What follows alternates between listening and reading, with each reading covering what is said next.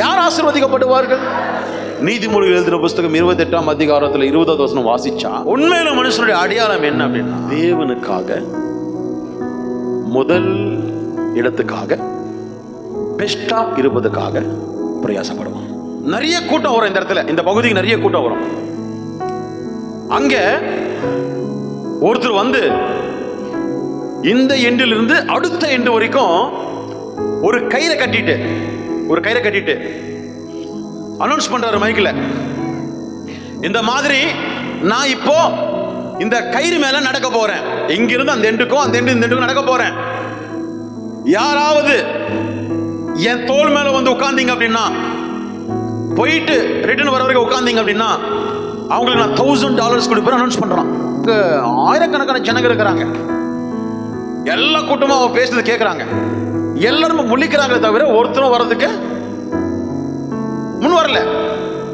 அப்ப ஒரு குட்டி பையன் குடி ஓடி வந்துட்டு நான் வரேன் அப்படின்னு சொல்லிட்டான். அந்த குட்டி பையனை தூக்கி தோல் மேல வச்சுக்கிட்டு அந்த கயிறு மேல நடக்கிறாரு.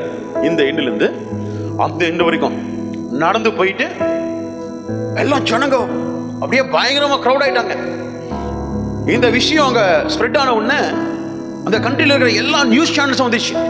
எல்லா நியூஸ் சேனல்ஸும் வந்துட்டாங்க. இப்போ அது சரி போயிட்டாங்க, திருப்பி வராங்க. அவன் என்னன்னா சந்தோஷமா இருக்கிறான், பாட்டு பாடுறான், சிரிக்கிறான், இதெல்லாம் ஷூட் பண்றாங்க அந்த ஆள் தோல் மேல இருந்துகிட்டு. அப்போ ரிட்டர்ன் வந்த உடனே இந்த நியூஸ் சேனல்ஸ் என்ன பண்றாங்க, அவனை பேட்டி எடுக்கிறாங்க. யாரை பேட்டி எடுக்கிறாங்க? இந்த குட்டி பையனை. ஏன்டா இவ்வளோ ஜனங்க இருக்கிறாங்களடா, ஒருத்தர் கூட போல, உனக்கு மட்டும் எப்படி அந்த தைரியம், எப்படி நீ போன அப்படின்னு அவன் சொன்னானா, அவன் என் அப்பா அப்படின்னானா. எங்க அப்பாவுக்கு தெரியும் எப்பேற்பட்ட ஆபத்தான இடத்துலயும் என்ன பாதுகாப்பா கொண்டு போவோம் தெரியும், கொண்டு வருவோம் தெரியும். எங்க அப்பா அவர் மேல எதுக்கு நான் பயப்படணும், அவருக்கு மேல எதுக்கு பயப்படணும் அப்படின்னு சொல்லிட்டு அவன் ஸ்டேட்மெண்ட் கொடுத்த ஒண்ணு பயங்கரமான ஹைலைட் ஆயிடுச்சது.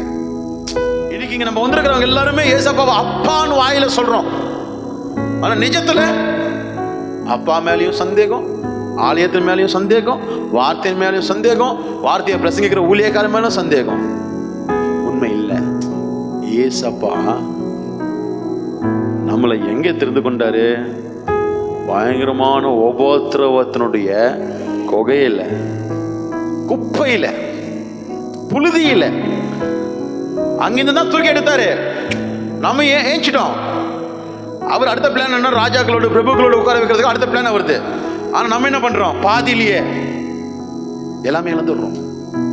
விசுவாசத்தை இழந்துடுறோம், ஜபத்தை இழந்துடுறோம், வார்த்தையை இழந்துடுறோம், அபிஷேகத்தை இழந்துடுறோம், அன்பை இழந்துடுறோம், ஐக்கியத்தை இழந்துடுறோம், ஆலயத்தையும் இழந்துடுறோம், கடைசியில் ஆண்டவரையும் இழந்துடுறோம். அப்பா யாரு? ஏசப்பா யாரு? அவரை நம்பி வந்துட்டு அப்படின்னா ஒரு வேளை பறக்கிற ஃபிளைட்டு வெடிஞ்சோ போனா கூட நான் சேஃபா லேண்ட் ஆவேன். இந்த சாத்ராக் மேஷாக் ஆபேத்நேகோ இருக்கிற வைராகியம் சாதாரண வைராகியம் கிடையாது.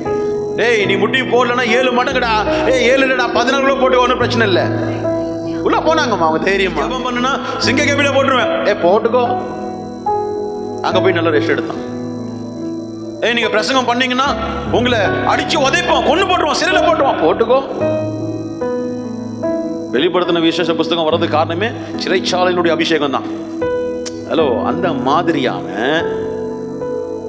கிட்ஸான ஸ்பிரிட் ஆஃப் காட், அந்த அந்த அந்த அபிஷேகம் தன்மை நமக்கு வேணும்.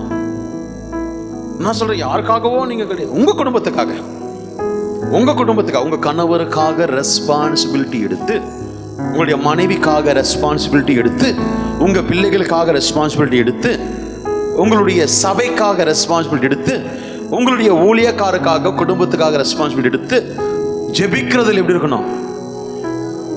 எனக்கு நடக்கிற ஆராதனையில டைம் பார்த்துக்கிறாங்க. எனக்கு கமிட்மெண்ட் நிறைய இருக்கு, நிறைய கமிட்மெண்ட் வச்சுக்கிட்டு ஆராதனைக்கு வராங்க. அவன் உண்மையுள்ள மனுஷனா?